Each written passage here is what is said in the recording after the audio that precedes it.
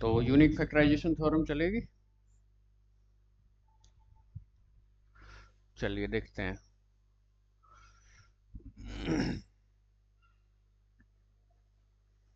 पहले स्टेटमेंट लिख लेते हैं यूनिक फैक्टराइजेशन थ्योरम का।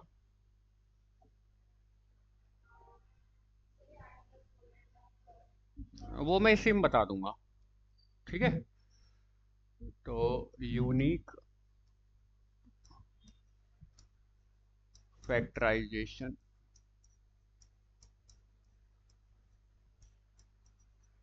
थ्योरम,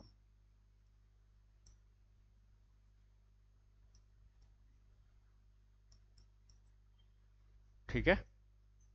तो नंबर थ्योरी तो पढ़कर आए हो, नंबर थ्योरी तो अच्छी तरीके से पढ़ी हुई है, और उसके रूल लगभग वही रूल पॉलिनोमियल में लग रहे हैं, डिवाइड वाले और जीसीडी वाले, है ना। हाँ। चलो पहले स्टेटमेंट देख लेते हैं कि let f be a field,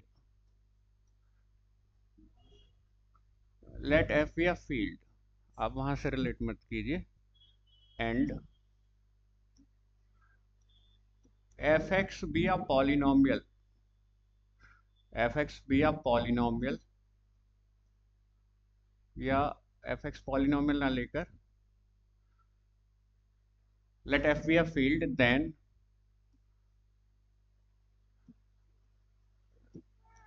every polynomial, every polynomial of positive degree, of positive degree in fx can be expressed, can be expressed as a product of, as a product of, as a product of an element, an element of f and monic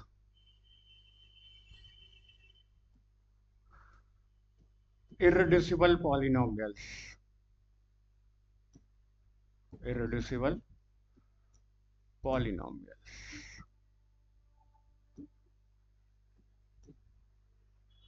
ठीक है। such that, such that the decomposition is unique,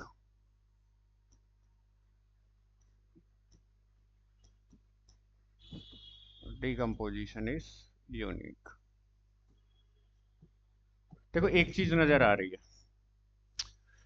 मेरे पास एक field है, तो आपको पता है कि फिर एफ एक्स फील्ड नहीं बन पाया था, इंटीग्रल डोमेन तक बन गया था। क्या बन गया था? Integral domain. और इसके अंदर क्या भरे हुए थे? पॉलिनोमियल। तो इसके अंदर से कोई भी पॉजिटिव डिग्री का पॉलिनोमियल उठाऊं, कोई भी, तो पॉजिटिव डिग्री का मतलब अपने आप ही नॉन जीरो पॉलिनोमियल आ गया, कांस्टेंट भी छूट गए। यहाँ कौन कौन छूट गए? एक तो कांस्टेंट पॉलिनोमियल छूट गए और एक जीरो पॉलिनोमियल छूट गया, ठीक है। तो ये कह रहा है कि let f be a field, then every polynomial of positive degree in fx can be expressed as a product of an element of f and monic irreducible polynomials such that the decomposition is unique। यानी मैं कोई भी positive degree का polynomial उठाऊंगा तो वो किसके product के रूप में टूट जाएगा? एक एलिमेंट f का और मॉनिक इरेड्यूसिबल पॉलिनोमियल। सपोज करो मैंने fx उठा लिया, मैंने fx उठा लिया किससे? fx से, और ये पॉजिटिव डिग्री का पॉलिनोमियल है, तो ये ऐसे करके टूट जाएगा, रिड्यूस हो जाएगा कि f x is equal to, एक एलिमेंट तो आएगा फील्ड से, ये बोल रहा है ना कि एन एलिमेंट ऑफ एफ और कुछ मॉनिक इरेड्यूसिबल पॉलिनोमियल्स के प्रोडक्ट के रूप में। तो कुछ आ जाएंगे f1 f2 and so on fn करके, ठीक है। तो ये फील्ड का एलिमेंट है और ये कैसे पॉलिनोमियल्स हैं आपके? मॉनिक इरेड्यूसिबल पॉलिनोमियल्स, और किसके अंदर, इसी एफ एक्स के अंदर होंगे। क्लियर होगी बात। तो हमें यही चीज प्रूव करके दिखानी है, और यही आपकी क्या है, unique factorization theorem, most important phenomena है। प्रूफ की तरफ चलते हैं, थोड़ा बड़ा प्रूफ हो सकता है लेकिन ऐसा है कि समझ में आएगा। बात करते हैं प्रूफ की, और साथ साथ ही समझते चलेंगे। प्रूफ की बात करें, प्रूफ की बात करते हैं कि let f x be a polynomial, let fx be a polynomial of positive degree, polynomial of positive degree। जैसे ही मैंने पॉजिटिव डिग्री का लिया, जैसे ही मैंने पॉजिटिव डिग्री का लिया, तो कौन कौन छूट गए, एक तो आपका जीरो पॉलिनोमियल हट गया, और कांस्टेंट पॉलिनोमियल, क्योंकि कांस्टेंट पॉलिनोमियल की डिग्री जीरो होती है in F x, in F x. और अगर आपने इन एफ एक्स लिख दिया तो साफ साफ पता है कि कोफिशिएंट कहां से आ रहे होंगे, एफ से आ रहे होंगे, साफ साफ पता है। तो यहाँ दो केस अराइज होते हैं, तो case number one, case first, case first कि suppose F x is irreducible,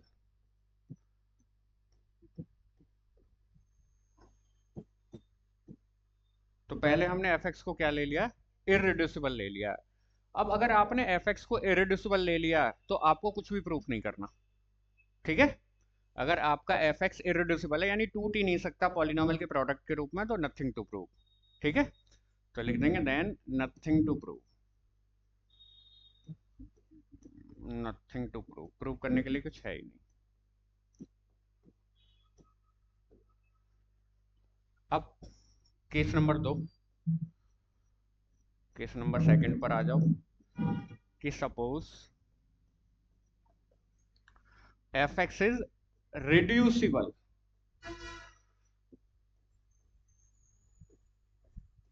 reducible, f x कैसा है इस बार, रिड्यूसिबल। अगर एफ एक्स आपका रिड्यूसिबल है तो दो छोटे पॉलिनोमियल में टूट जाएगा, ठीक है। तो then there exist f1x f2x belongs to fx such that fx is equal to f1x into f2x, और ये आ गई आपकी equation number first.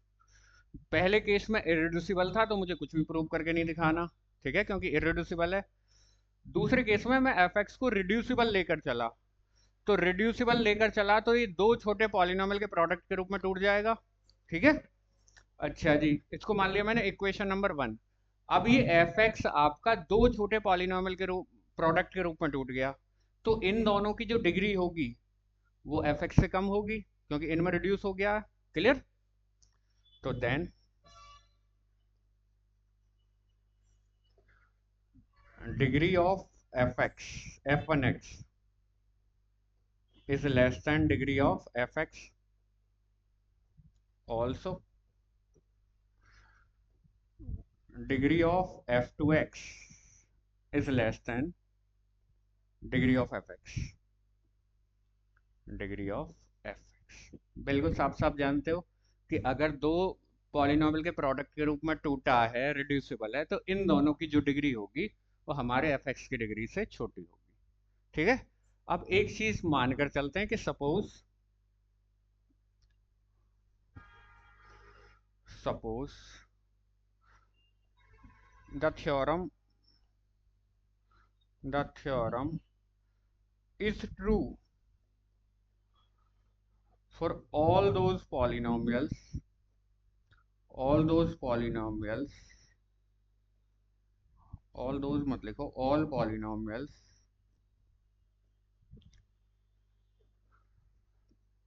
of degree, degree less than fx, less than fx। ठीक है, कि सपोज करो कि थ्योरम उन सभी पॉलिनोमियल्स के लिए ट्रू है जिनकी डिग्री एफ एक्स की डिग्री से छोटी है। ठीक है, थ्योरम उन सभी पॉलिनोमियल्स के लिए ट्रू है जिनकी डिग्री हमारे एफ एक्स की डिग्री से छोटी है। क्लियर हो रही है बात? अच्छा, अब आप एक बात देखना सोच समझ कर, मैं इसको मैथमेटिकल इंडक्शन से करने वाला हूं। और मैथमेटिकल इंडक्शन हमने नंबर थ्योरी में भी डिस्कस किया था कि शुरुआती वैल्यूज के लिए ऑब्वियस देख लेते हैं, ठीक है, किसी के के लिए मान लेते हैं और k प्लस वन के लिए शो करके दिखा देते हैं। वैसे ही मैंने एक चीज मानी कि थ्योरम उन सभी पॉलिनोमियल्स के लिए ट्रू है जिनकी डिग्री हमारे एफ एक्स की डिग्री से छोटी है। तो आपको दिखाई दे रहा है एफ वन एक्स की भी डिग्री एफ एक्स से छोटी है और एफ टू एक्स की भी डिग्री एफ एक्स से, तो थ्योरम इन दोनों के लिए ट्रू हो जाएगी नहीं? एफ वन और एफ टू के लिए, एफ वन एफ टू के लिए ट्रू हो जाएगी। अच्छा, थ्योरम थी क्या?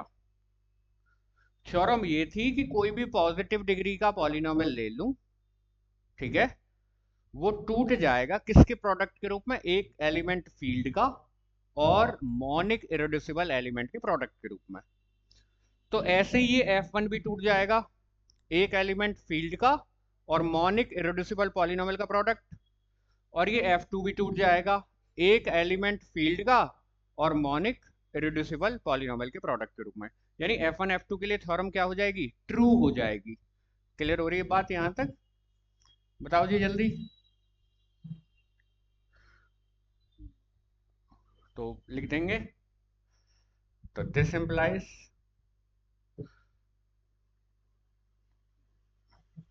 theorem is true, theorem is true for f1x and f2x। ठीक है, तो थ्योरम आपकी f1x और f2x के लिए ट्रू आ जाएगी। कर दीजिए तो फिर तुरंत तोड़ दीजिए, f1 को भी तोड़ दीजिए किसके प्रोडक्ट के रूप में? एक एलिमेंट f का और मोनिक इरेड्यूसिबल पॉलिनोमियल्स का प्रोडक्ट, और ऐसे f2 को भी तोड़ देंगे। तो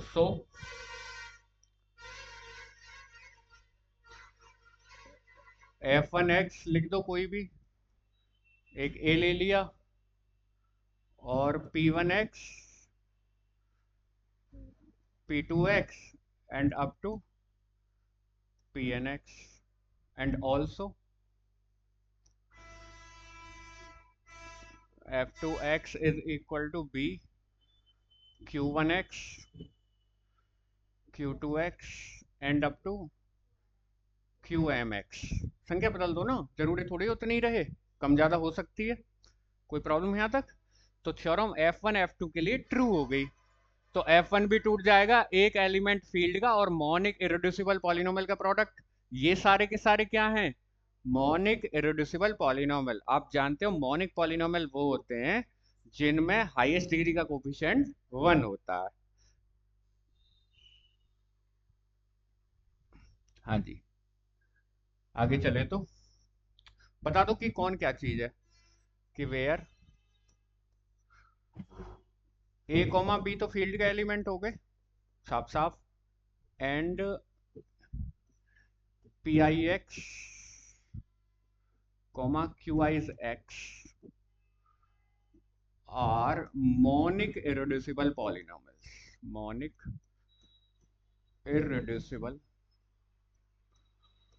पॉलिनोमियल।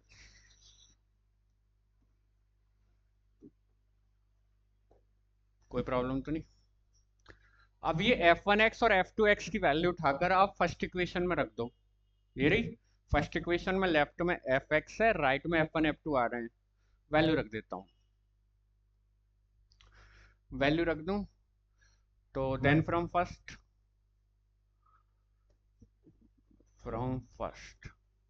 तो लेफ्ट में चलेगा आपका fx, वैल्यू पुट कर दो, तो a और b आगे आ जाएंगे, p1x, p2x and up to pnx, q1x, q2x and up to qmx। कोई प्रॉब्लम तो नहीं? तो ये भी फील्ड का एलिमेंट, ये भी फील्ड का एलिमेंट, फील्ड मल्टीप्लाई के लिए क्लोज्ड होता है सेकंड ऑपरेशन के लिए, तो फील्ड का एलिमेंट, और ये सब क्या है, मोनिक इरेड्यूसिबल पॉलिनोमियल्स। आगे बात समझ में, ये क्या है, मोनिक इरेड्यूसिबल पॉलिनोमियल्स। तो पीछे हमने एक बात कही थी कि थ्योरम उन सभी पॉलिनोमियल्स के लिए ट्रू है जिनकी डिग्री हमारे एफ की डिग्री से कम है। ठीक है, तो अब इस बात को मैं समराइज कर देता हूं एक साथ कि since we assumed that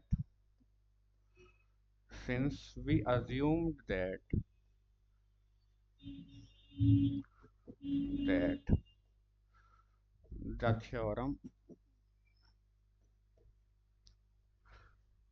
is true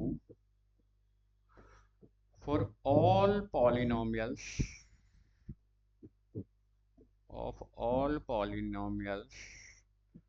of degree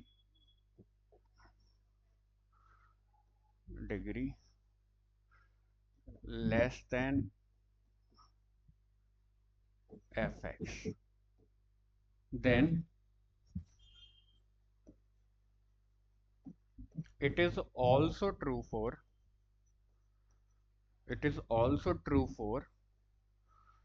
fx, because every polynomial of degree 1 every polynomial of degree 1 is irreducible.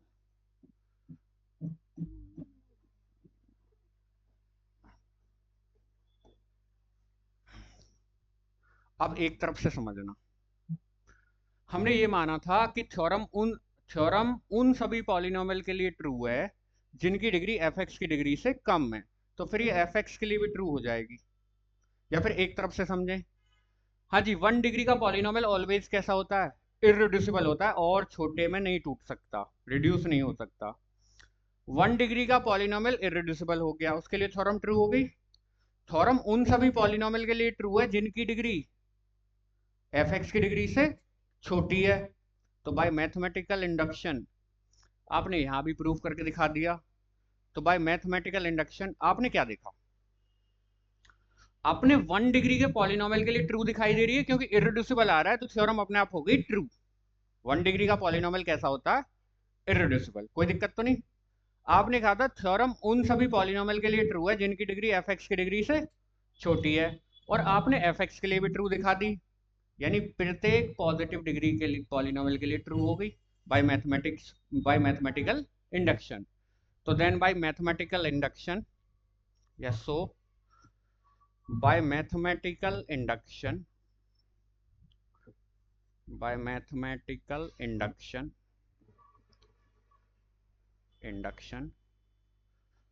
theorem is true the theorem is true for every polynomial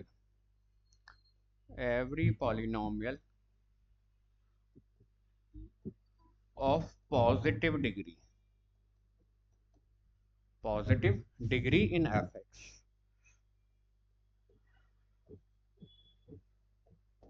बताइए कोई दिक्कत हो तो यहां तक जल्दी बोलो फटाफट, नहीं है कोई दिक्कत, ठीक है। तो आपने क्या समझा, देखो आराम से बात कर रहे हैं, बारीकी से बात कर रहे हैं। आपने 1 डिग्री का पॉलिनोमियल इररिड्यूसिबल होता है, 1 डिग्री के पॉलिनोमियल के लिए ऑब्वियस दिख रही है। आपने मान ली कि उन सभी पॉलिनोमियल्स के लिए ट्रू है जिनकी डिग्री एफ की डिग्री से छोटी है। दो बातें हो गई। नंबर 3, एफ के लिए ट्रू दिखा दी, वही काम कर दिया कि 1 के लिए ऑब्वियस, किसी के लिए मान लिया, k+1 के लिए सो करके दिखा दिया। तो bye mathematical induction theorem true हो जाएगी प्रत्येक पॉजिटिव डिग्री के पॉलिनोमियल के लिए। तो ये तो अभी इसका एग्जिस्टेंस पार्ट आया, अब यूनिकनेस भी तो दिखानी है। पीछे उन्होंने कहा था कि डीकम्पोजिशन कैसा रहेगा। हाँ, तो अगले पेज से शुरू करते हैं कि now to show that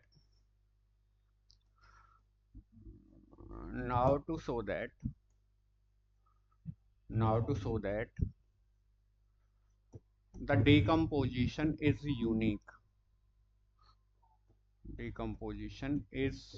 unique.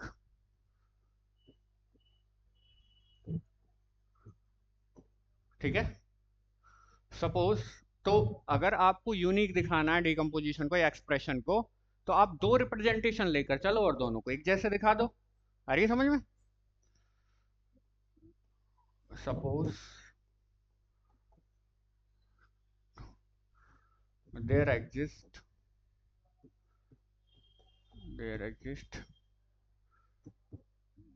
two representation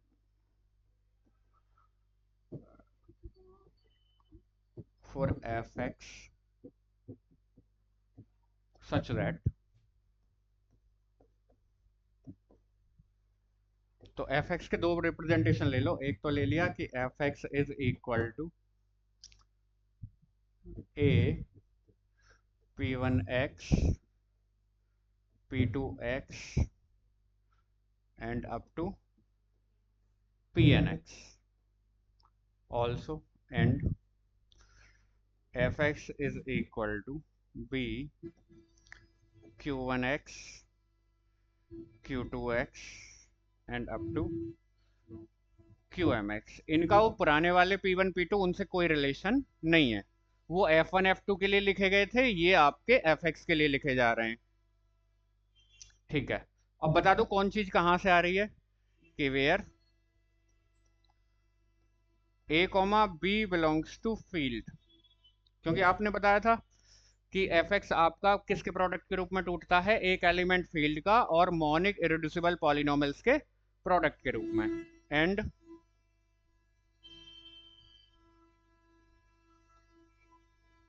pix and qix comma लगा देंगे, आर मोनिक इरेड्यूसिबल पॉलिनोमियल्स।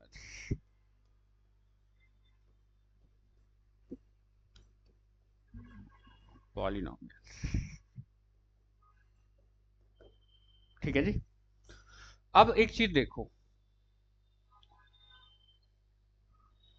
दोनों के लेफ्ट हैंड साइड में कौन है, दोनों के लेफ्ट हैंड साइड में fx है, इनमें कोई कांस्टेंट टर्म होगी नहीं, इनमें कोई भी कांस्टेंट टर्म नहीं होगी। ठीक है, तो दिस इंप्लाइज, ये हो गया a p1x p2x and up to pnx is equal to b q1x q2x and up to qmx। ये आपके मोनिक पॉलिनोमियल्स हैं सारे के सारे। कैसे पॉलिनोमियल्स हैं, हर किसी में x जरूर आएगा, यानी ये कांस्टेंट पॉलिनोमियल नहीं हो सकते, ये भी कांस्टेंट पॉलिनोमियल नहीं हो सकते। अगर सबकी मल्टीप्लाई करके, सभी की मल्टीप्लाई करके कांस्टेंट टर्म को इक्वेट किया जाए तो ये a बिल्कुल बराबर आ जाएगा b के। ठीक है, क्योंकि ये सारे के सारे क्या हैं, मोनिक पॉलिनोमियल है, इनमें ये कांस्टेंट पॉलिनोमियल नहीं है, इनमें कुछ ना कुछ कोफिशिएंट जरूर होगा। ठीक है, तो this implies a is equal to b। तो फिर जब a b के बराबर हो गया तो a से b हट जाएगा। ठीक है, तो सो v है, ये हो जाएगा p1x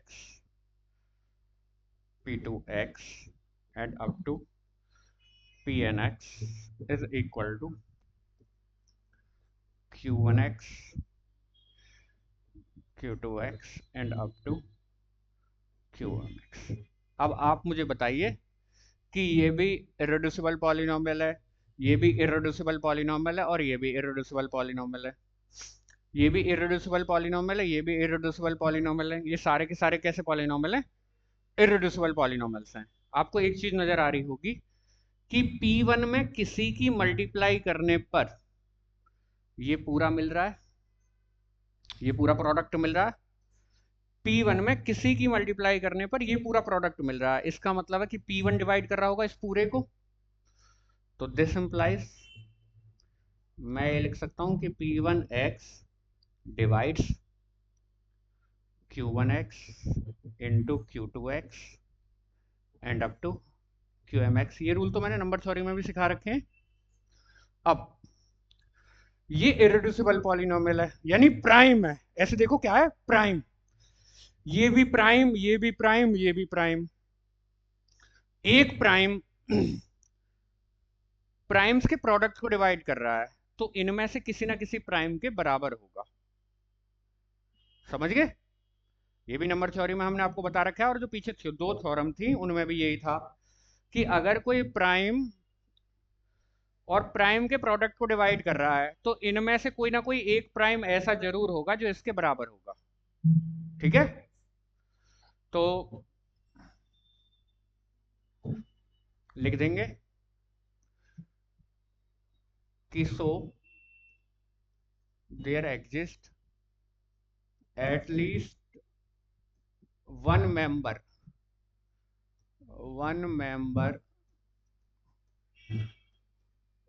से Q1 मान लो उसको, Q1x सच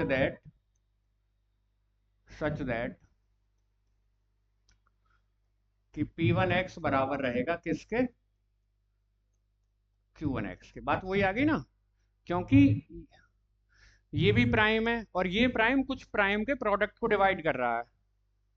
ठीक है, प्राइम को कोई नहीं डिवाइड कर सकता वन के अलावा, वन के और स्वयं के अलावा। ठीक है, या फिर ऐसे मान लो यहां अगर बताऊं तो यूनिट्स और इसके एसोसिएट्स के अलावा। ठीक है, अब ये एसोसिएट होगा इसका, ठीक है, क्योंकि ये यूनिट है नहीं तो एसोसिएट होगा, एसोसिएट होगा तो यूनिट की मल्टीप्लाई करने पर प्राप्त हो रहा होगा, तो यूनिट टाइम होगा। तो इसलिए P1 को किसके बराबर ले लूंगा मैं, Q1 के। तो मैंने P1 को बराबर ले लिया Q1 के। तो आप एक काम कीजिए, इसमें P1 बराबर हो गया Q1 के, तो P1 से Q1 को आप कैंसिल कर दीजिए। ठीक है, बाय कैंसिलेशन लॉ। तो इसको नाम दे दो सेकंड इक्वेशन और लिख देंगे then by cancellation law, then bye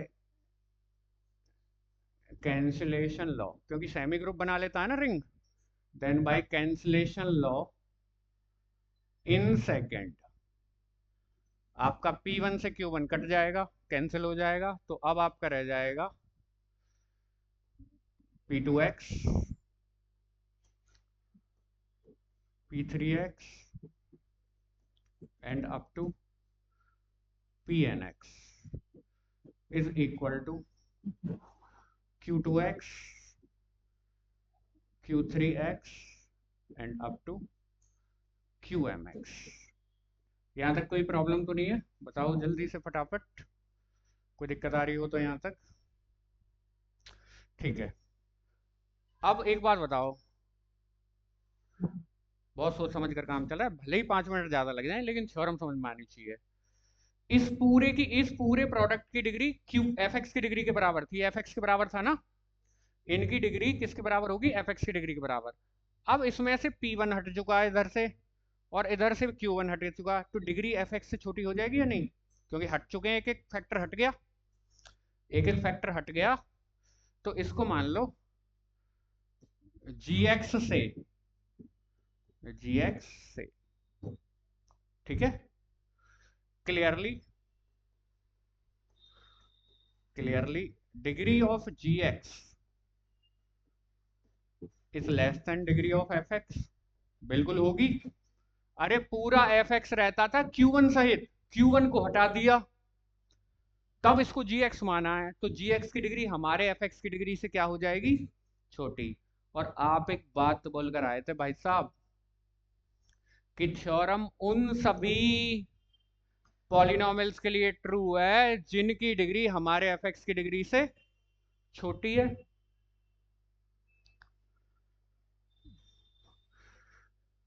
theorem उन सभी पॉलिनोमियल के लिए ट्रू है जिनकी डिग्री हमारे FX की डिग्री से छोटी है, तो GX के लिए ट्रू हो जाएगी या नहीं, हो जाएगी। तो सिंस बाय आवर एजम्पशन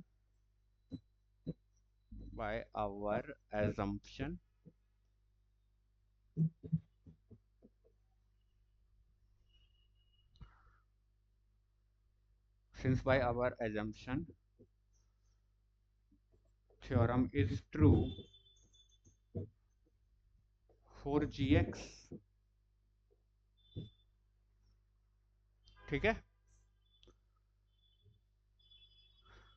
तो this implies the representation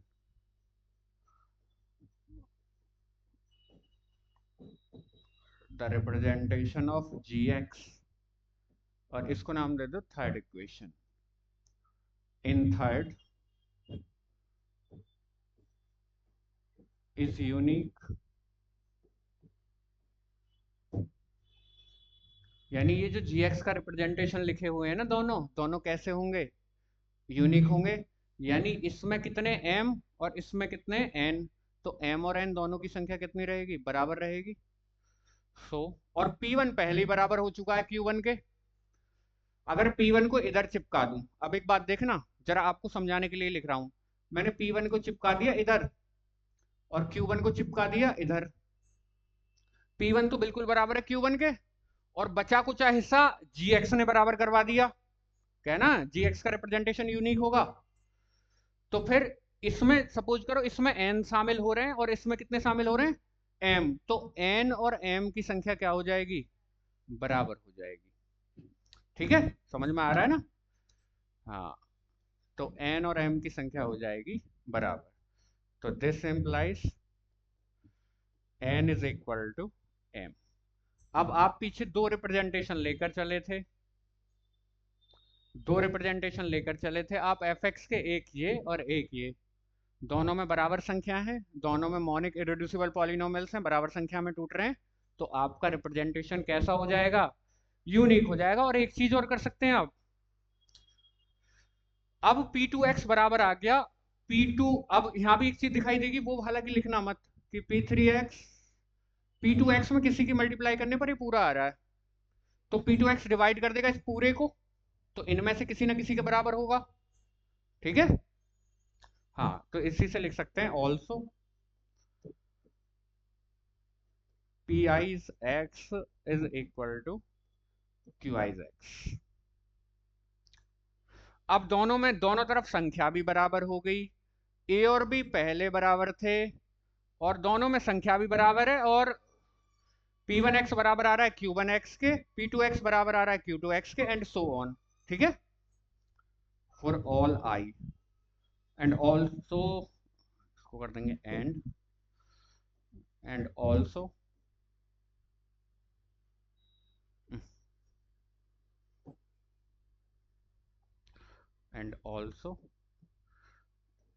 a equal to b था, ठीक है, तो दिस इंप्लाइज द रिप्रेजेंटेशन